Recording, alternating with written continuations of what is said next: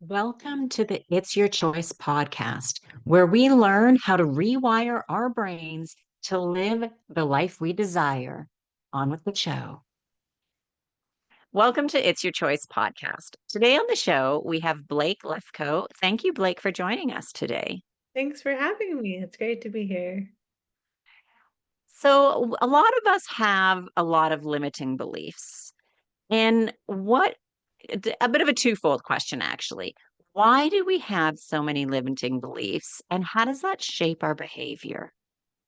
Okay, so the first question, when we're children, we want to know why, right? Little kids walk around and they just want to understand why everything's happening. So we look at the events in our lives and we give them meaning. So, oh, my dad's never home and my mom's always busy. It must be because I'm not important or I'm not good enough, right?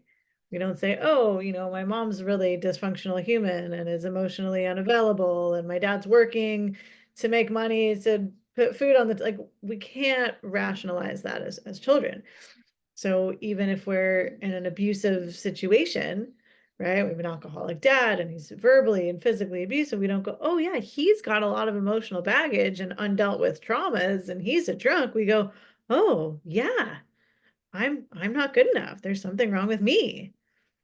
Right. And we make beliefs like Mm. I'm not safe instead of saying around drunk people as a child, I'm not safe. We say I'm not safe. That is who I am in the world. And then your second question, we go through life with these beliefs, and our beliefs determine our reality on multiple levels. One, like that's what we manifest, not intentionally, but that's what shows up for us, right? If we're vibrating at these frequencies, because we are energy, scientifically, that's what we are. So that's the vibration, that's the level we're vibrating on. That's the energy we're attracting. Number one. And number two, we're constantly looking to validate our beliefs. Oh, I didn't get that job. See, there's another example of I'm not good enough. Oh, this person didn't call me back. See, there's another example of I'm not good enough. And most of these beliefs are subconscious. Sometimes we know we have them. People, like, I definitely have had clients be like, yeah, there's just something wrong with me. Like, yes, I'm just not good enough. But a lot of them are subconscious and we don't even realizing that they're limiting us, that they're running our lives. Mhm. As we recognize it and know it, how do we how do we change it? Because I know it's not an easy just, oh, well, I know, so flip the switch and all of a sudden I'm better because I realize I'm having or that I do have these beliefs and I do have these things pop in my head, but again, we can't just like, oh, I know, bye-bye belief. Sure. I always tell my clients, I'm like, there's no room for logic here. Like there's just no, you can't logic yourself out of beliefs. And some people try and talk themselves out of the beliefs, right? Affirmations and, well, I know I'm good enough because I X, Y, and Z, but that's exhausting. And if you don't have the belief, you don't have to do affirmations. Like if you think you're pretty, you don't have to wake up every morning and look in the mirror and say, I'm beautiful. You don't have to put sticky notes on your refrigerator and your mirrors, right? It's Right. redundant. You know it. So what I do is a process that literally eliminates beliefs. And it's wild. Like in the beginning, you establish a pattern, right? So what is it that you want to change? And it could be behavioral, emotional. I procrastinate. I have anxiety. I keep attracting the wrong kind of men. I have negative self-talk. I have doubt. I can't say no to people, anything. Like it just doesn't matter what it is. And you look for the beliefs that cause that. So what are the beliefs that cause that pattern? And then one by one, we go through a simple step-by-step process and you say the belief out loud, you go, I'm not good enough. And you're like, oh yeah, like that, it feels terrible.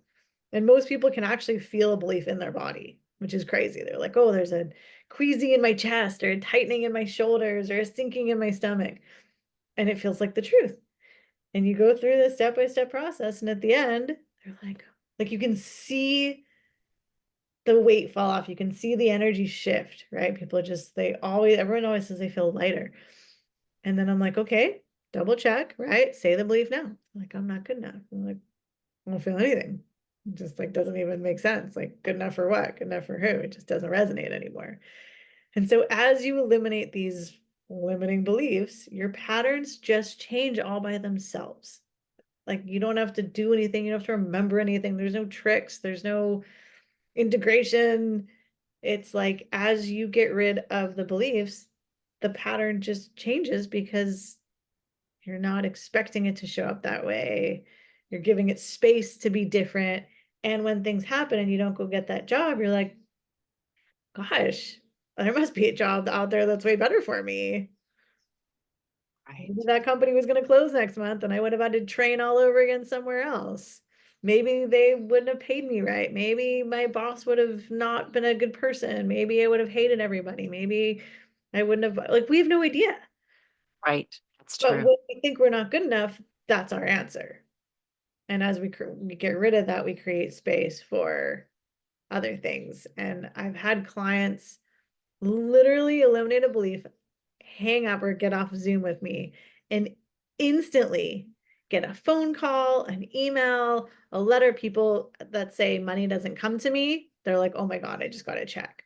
This one woman said, no one I'm interested in what I have to say, or people aren't interested in what I have to say. Someone called her and was like, I just found your website. I have been looking for someone that does this for so long. Like, it's just these things happen. Mm.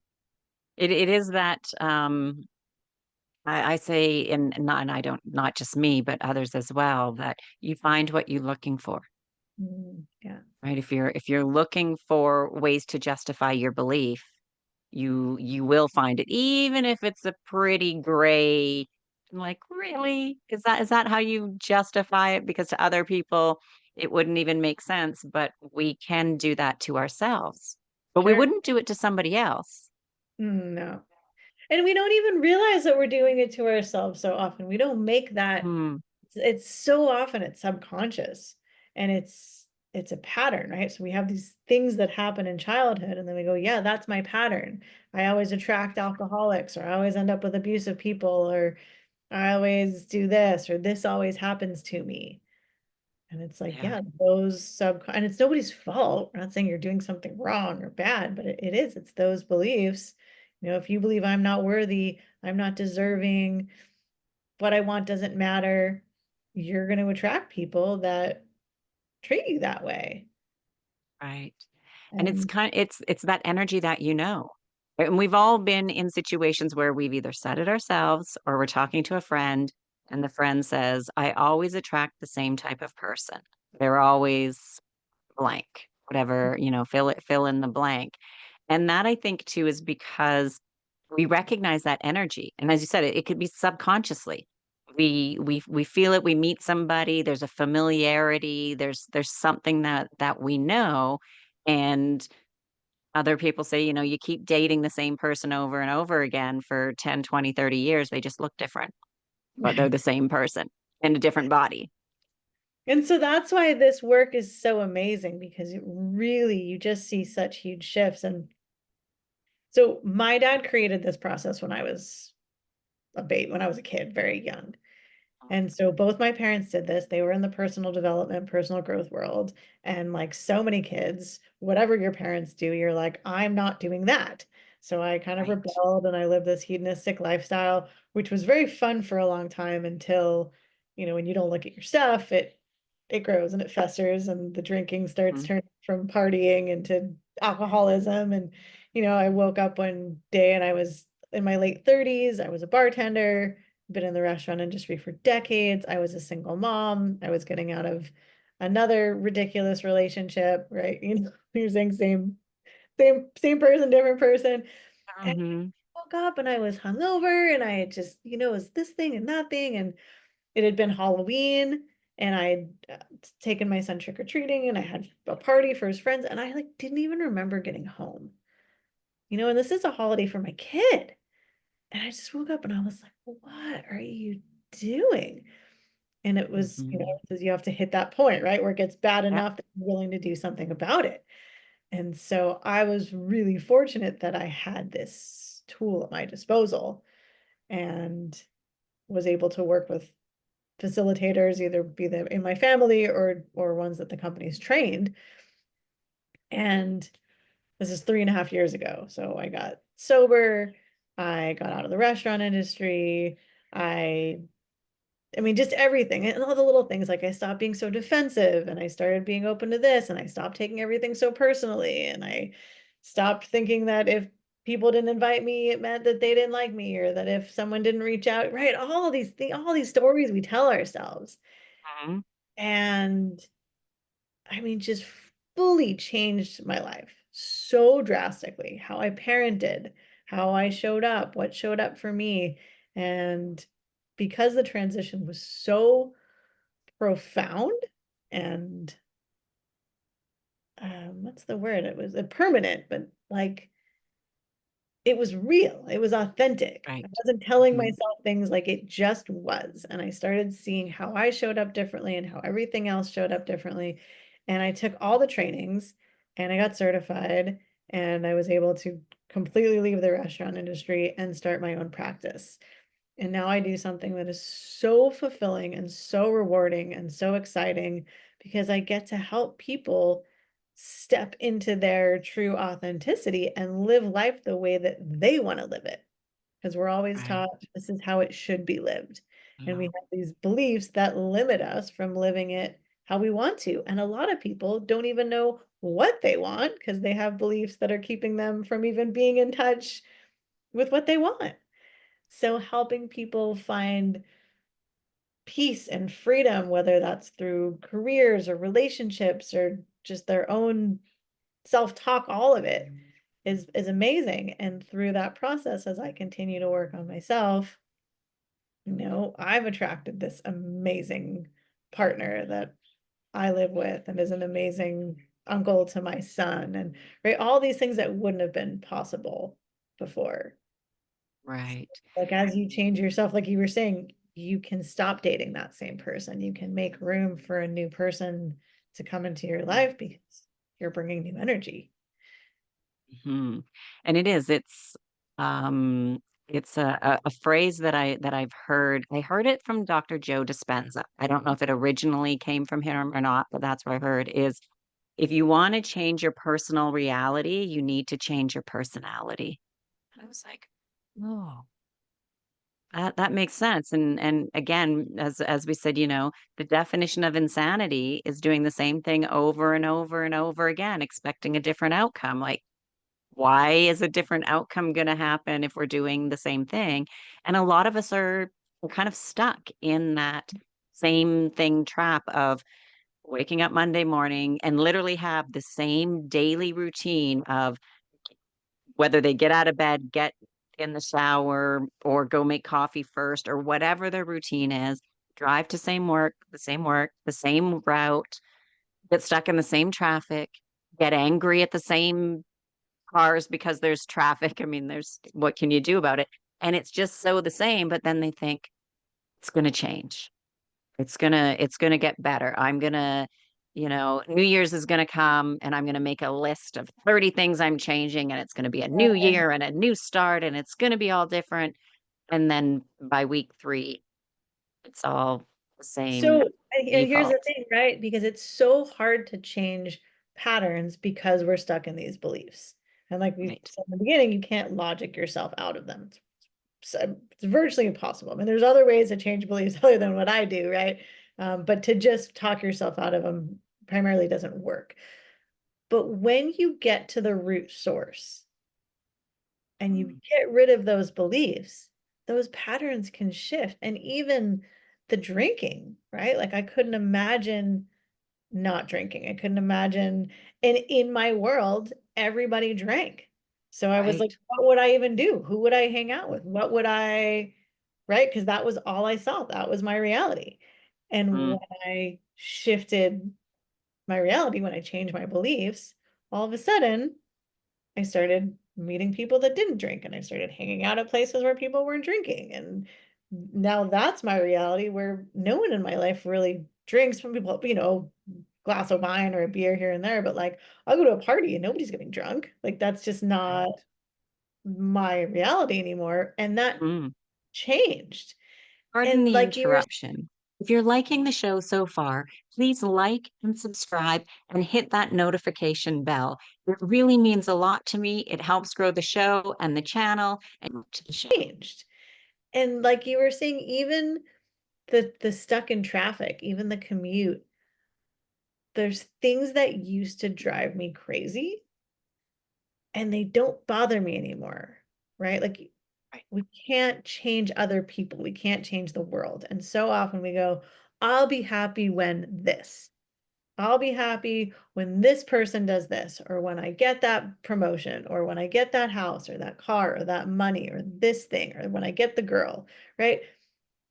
And we get that, and we're happy for a minute, but it doesn't actually make us happy because it all comes from here. Right. And when you shift your perspective on things, like now, and again, I'm very lucky because my commute is like 10 feet from my bed to my office in the next room. But when I do sit in traffic and I'm like, oh my God, what an amazing opportunity to listen to a Kabbalah class, to listen to a podcast. Oh, I'll call my mom. She's I haven't done that in a couple of days. And all of a sudden I'm like, oh, I'm in air conditioning. I'm in Hawaii. I'm not going anywhere. So I could be mad and frustrated, or I could be like, oh my God, what an amazing opportunity for no distractions, no interruptions. There's no dishes to wash. My kid's not asking me anything. The laundry's not my email. I'm just here. So amazing. Right. Listen to Yeah. that Kabbalah class that I haven't gotten to yet.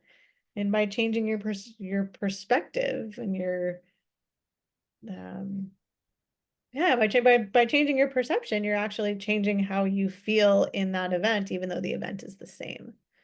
Right. And I think it's really important to realize that we can do those things and see them as an opportunity, and we can just change our feelings. Like we can sit, and I'll use the same traffic because everybody can understand that, and you can sit there and then get angry about going to work, always stuck in traffic. I'm going to see Sally. I don't like her.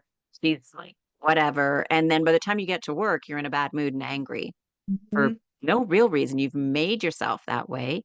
Or exactly as you said, you're in the car, you're stuck in traffic. Okay, well, you listen to a podcast, listen to something, call mom, talk to so and so, or plan what you want to do, some fun surprise for your partner for the weekend, or whatever it may be. Just sit in quiet.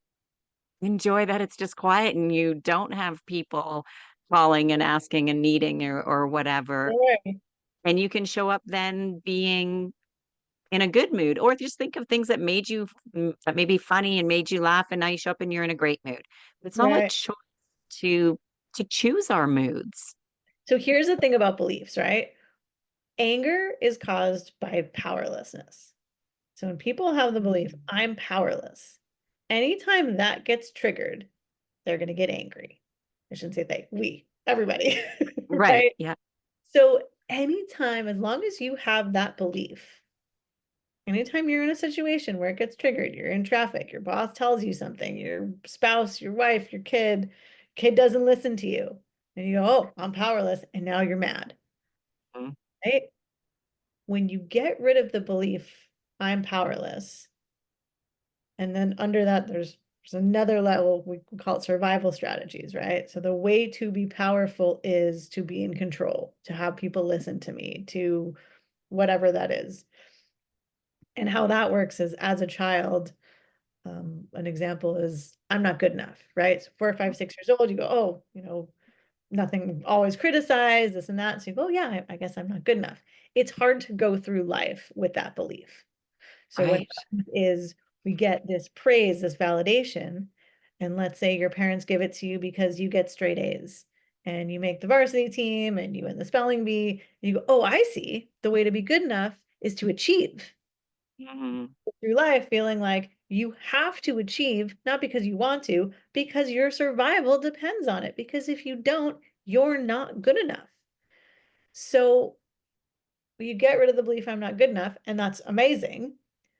But then you don't achieve, and you're like, oh, right? I'm not good enough.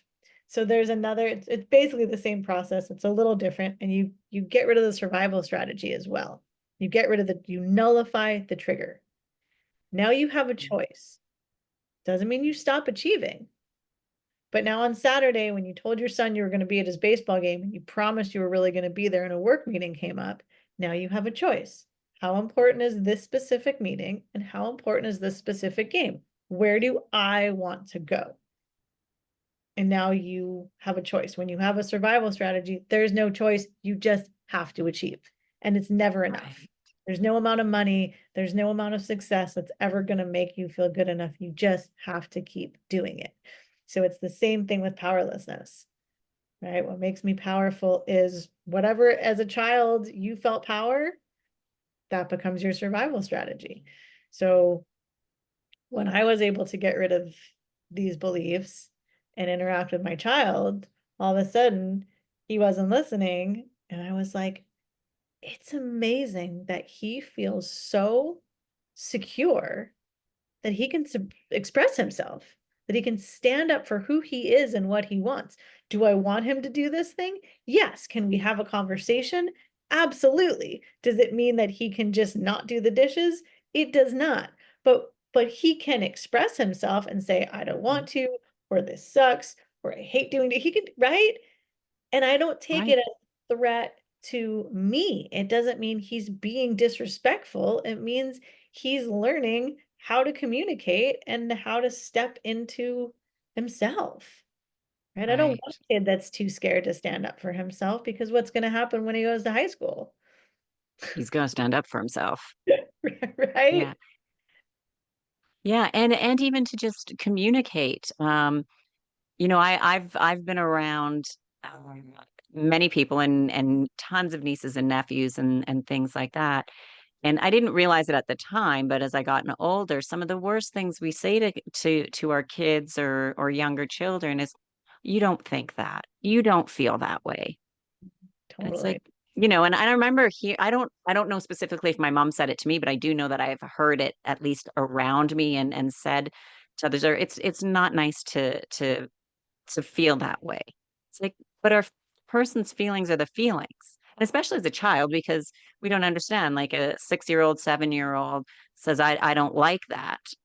Well, if they don't like it, or I'm feeling sad, like let them feel that. That's their And now you feeling. see Who how are beliefs we to ever form. judge how somebody feels? Like it may not be the right word if they're that young and they're just learning and they're upset, but to say, oh, you don't feel that way. Well, you can't tell me how I feel.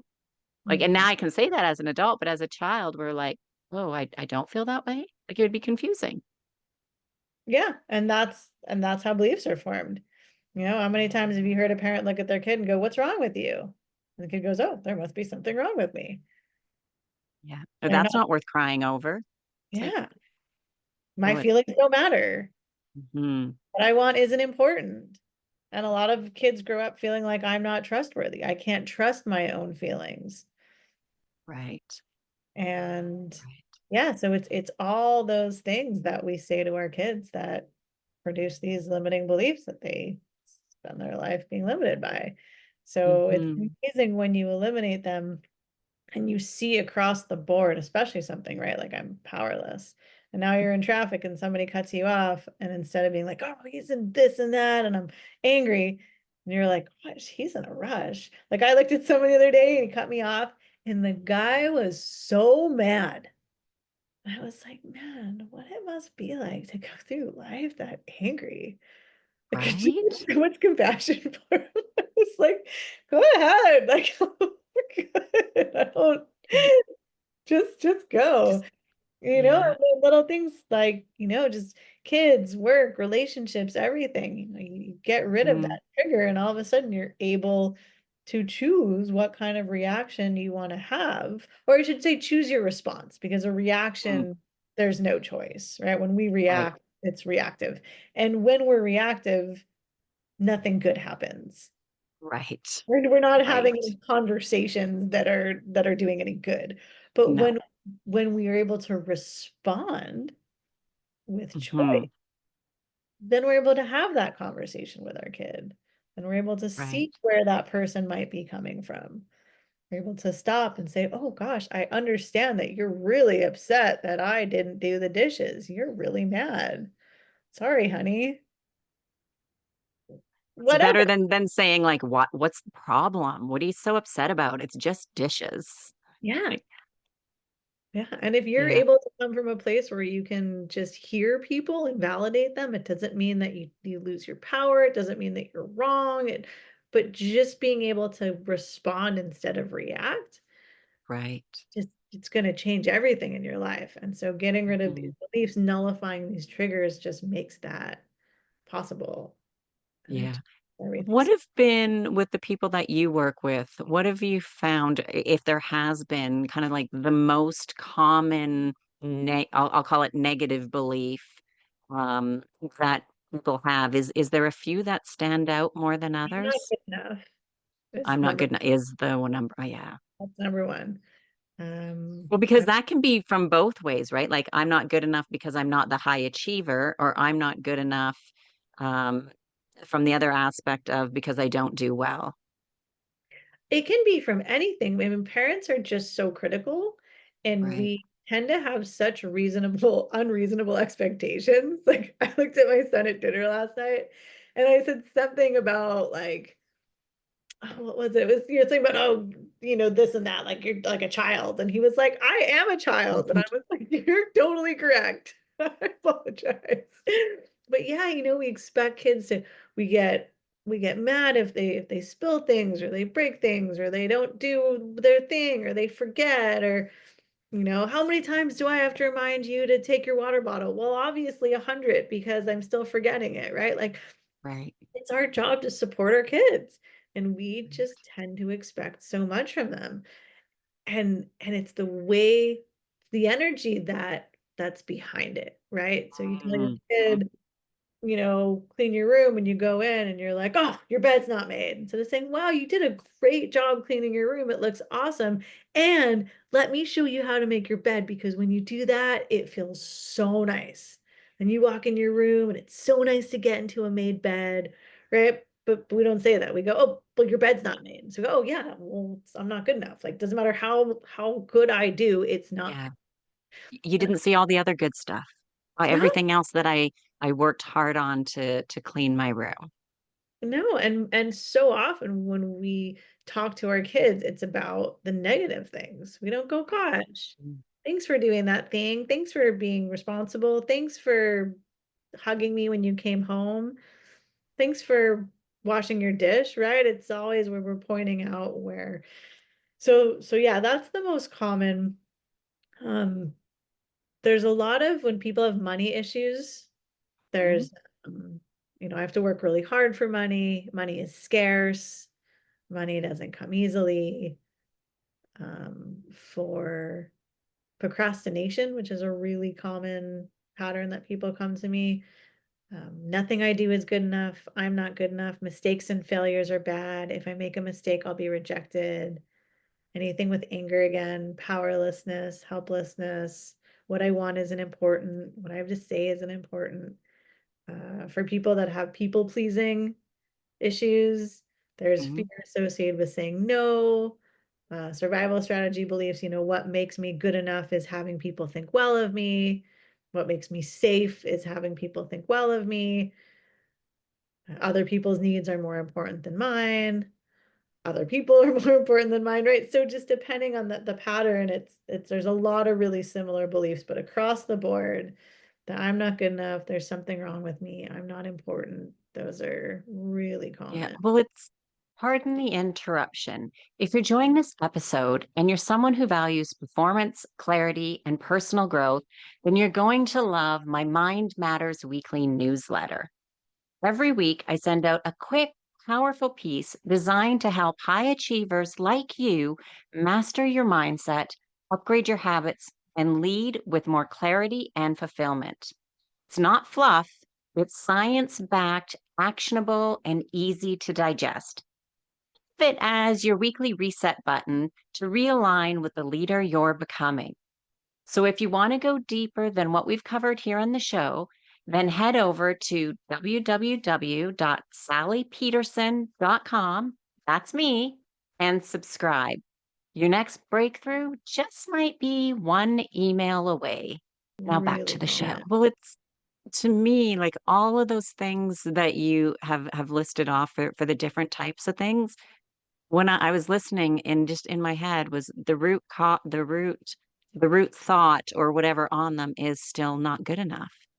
Mm, Like even whether it's the people pleasing, the procrastination, everything, like part of me thinks it just kind of popped in my mind that way. Like there is that not good enough in every one of those. A part of that is not good enough.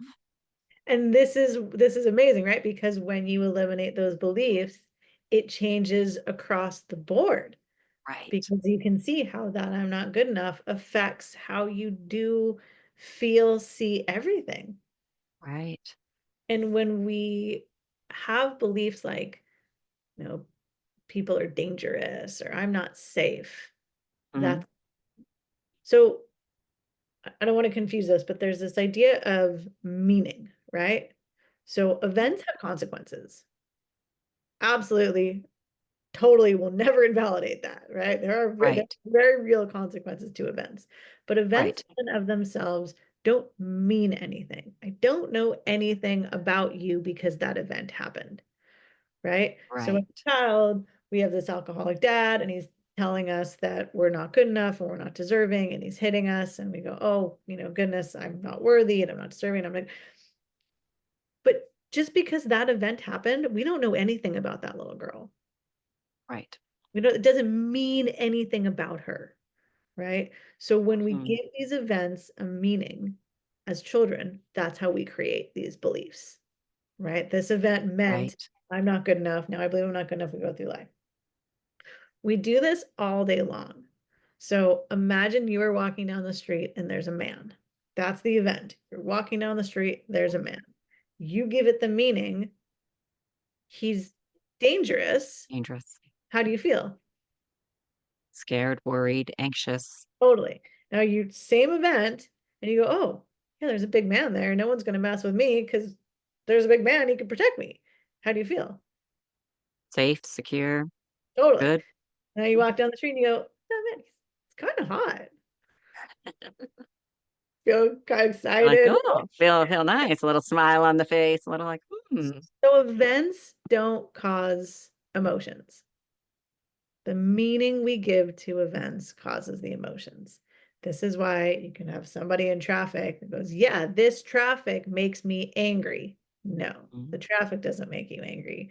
The meaning you're giving the traffic makes you angry.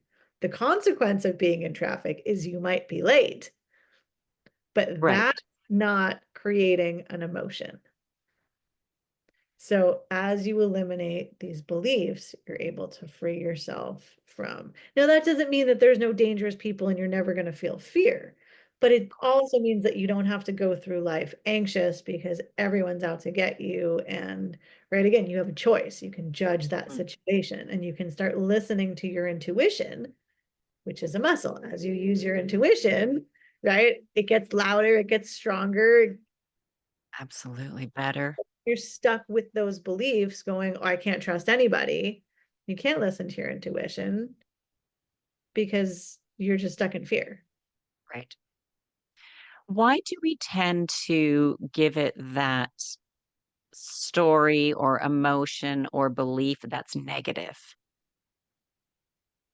Like even when we think like I understand a little bit as a child, that, but even as adults, if I'm got an opportunity for a new job. I like my job, but I got an opportunity for a new job. The pay is about the same. Like there's no kind of big difference. And I think, well, what if I don't like that job? What if I don't like my boss? What if I don't like things like I have another podcast where I talk to people about moving abroad. And some people that, oh, I want to, but.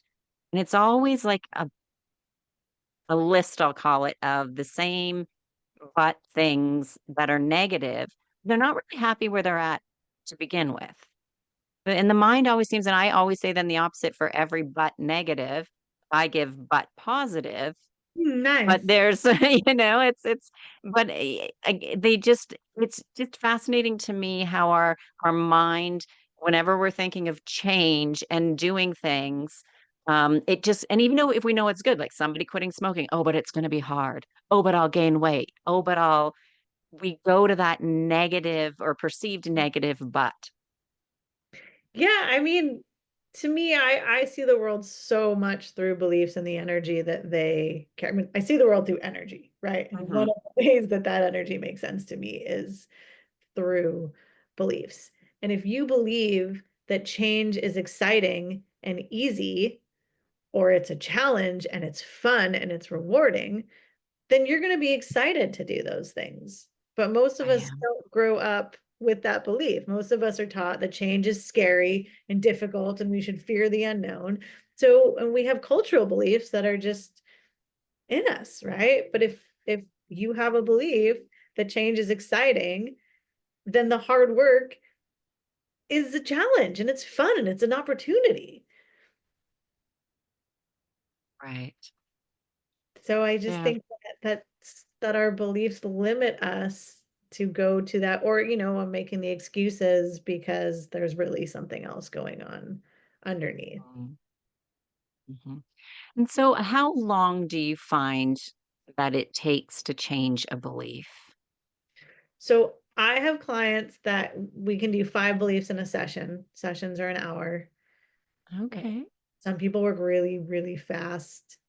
I've Mm. I've had I've had a client that we knew the belief, we knew the source, I knew their childhood, they'd gone through the process a lot, and I was like, we got 5 minutes left, and I was like, yeah, let's do it. So the first one we go a little slower, just really go through the process step by Mm. step, really, um, so people don't feel rushed and they can really experience it. 'Cause it's an amazing experience to like have a belief just disappeared, something you believed your Mhm. whole life, and people are like, oh, but that's hardwired in me and I've had that belief for 70 years. I'm like, it doesn't matter. It doesn't matter how hardwired, how long you've had it, you Yeah. get rid of it. And the cool thing about this work is, unlike a lot of therapies where you kind of just go, Mm. um, I tell people come for 5 sessions and then see where you're at. And then people are like, oh, there's still a little something, or I want to work on this other pattern, right? Well, this has worked. I'm not anxious anymore and I'm not drinking anymore, but I still feel stuck in relationships. I'm like, okay, so come back for a few Let's more. work on But that. it's not the kind of thing where you just keep coming and coming, and everyone's different, everyone's Mm. um, different beliefs, different traumas, different. Some people, I had a client who was like a severe alcoholic, could not hold a job, could not hold a relationship. In the beginning, he would miss our sessions because he was just on benders. Like it was really out of control. He was a really dysfunctional person, and he had a lot of guilt and just really didn't like himself. And he had an appointment to go see, a psychiatrist or whatever. He's going to get on antidepressants and anti-anxiety. And in under 10 sessions, he canceled his appointment. He was like, I'm good. I'm not depressed. I'm not anxious anymore. He stopped drinking. He just turned his life around so much. And he got on the call one day and he was like, Blake, he's like, I have nothing left to work on. And he was like, my life is still kind of chaotic because his life doesn't change overnight. He was like, but Right. nothing triggers me anymore. Nothing stresses me out anymore. The things in the past that would have driven me off the deep end and I would have quit my job and gone on a bender, he's like, it's like nothing now. Wow. And it was so fast, to that many patterns, that kind of dysfunction in less Mm. than 10 hours, um, was Well, the amazing. therapists won't like that because they want them on the couch for no offense to any therapists if you're listening. It was just a little bit of a joke.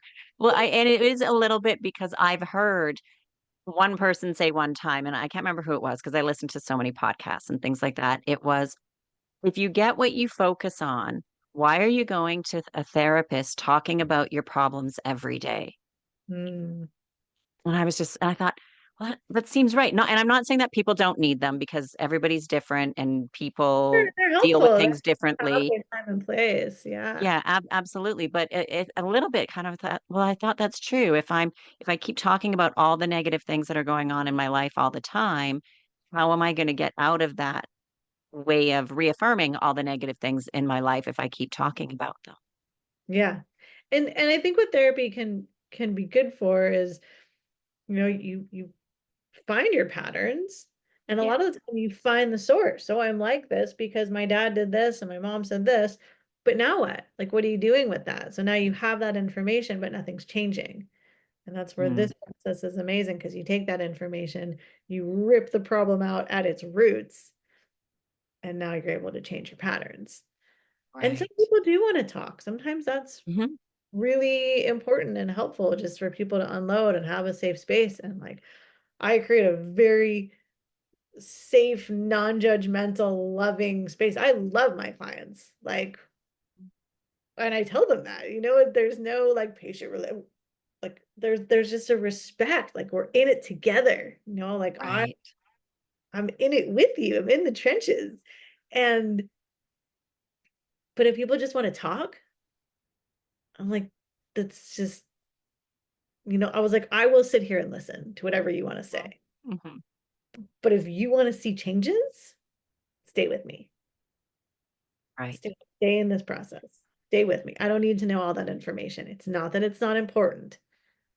Sorry that happened. I'm proud of you. You did that. That's amazing. That's horrific. But we don't need that right now.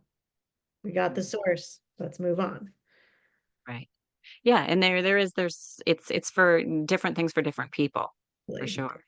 And that's what we need is to then because it's ongoing. Like, and I'm a true believer that everybody needs to deal with traumas. Some are just little traumas, little T's. Some are big ones. I mean, some people have had horrible things. But absolutely. even, we can look at somebody and think, oh, their life is great, this, that. Everybody's had stuff. Mhm. Everybody's got stuff that has happened behind closed doors and finding ways to deal with them. And I've been an advocate for many, many years, probably a decade now of I always say everybody needs therapy at some point. Or and I put everything into therapy, whether it's meditation stuff, talking Sure. with an actual therapist or different things. Like to me, all of it. We've all had crap that we've had to deal with and need to deal with it in the adult mind now, not necessarily the child teenage mind. Right. And so here's the thing, right? We go through traumas.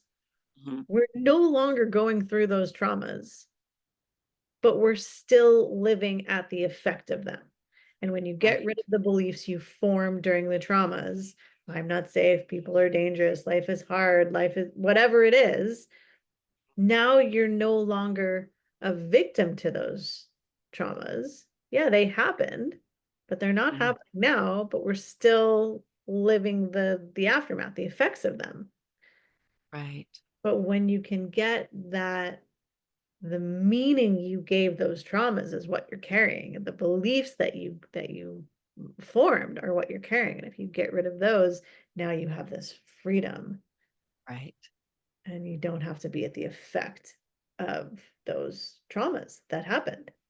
And now you can live in this peace that they're no longer happening, and you don't Mhm. carry around what you have been. So, Right. And yeah, it's a much better life to be living. that's a big Well, one. Blake, I want to thank you for your time today. But before we wrap up, if people are interested in getting more information about you, or potentially working with you, where is the best place for them to find you? So my website is just blakelefkoe.com, BLAKELEF as in Frank, KOE. And on there, the only call to action, the only thing you can do is book a free consultation, a free discovery call. And it's 15-30 minutes. Um, any questions, you can tell me where you're at, where you're stuck. I can tell you how I can help you. You can say, I don't believe that this works. Explain it to me, doubts, questions, anything. It's just time for you to come with any questions, comments, concerns that you may have. And it's totally free and there's no obligation. I'm not trying to sell you anything. I respond to everybody. I have time for anyone that is interested. So feel Perfect. free, reach out. I'd love to hear from you. That sounds great. And we'll make sure to have that link in the show notes to make it easy for everyone as well. So, again, thank you, Blake, very much for your time today. Thank you so much for having me. This was great.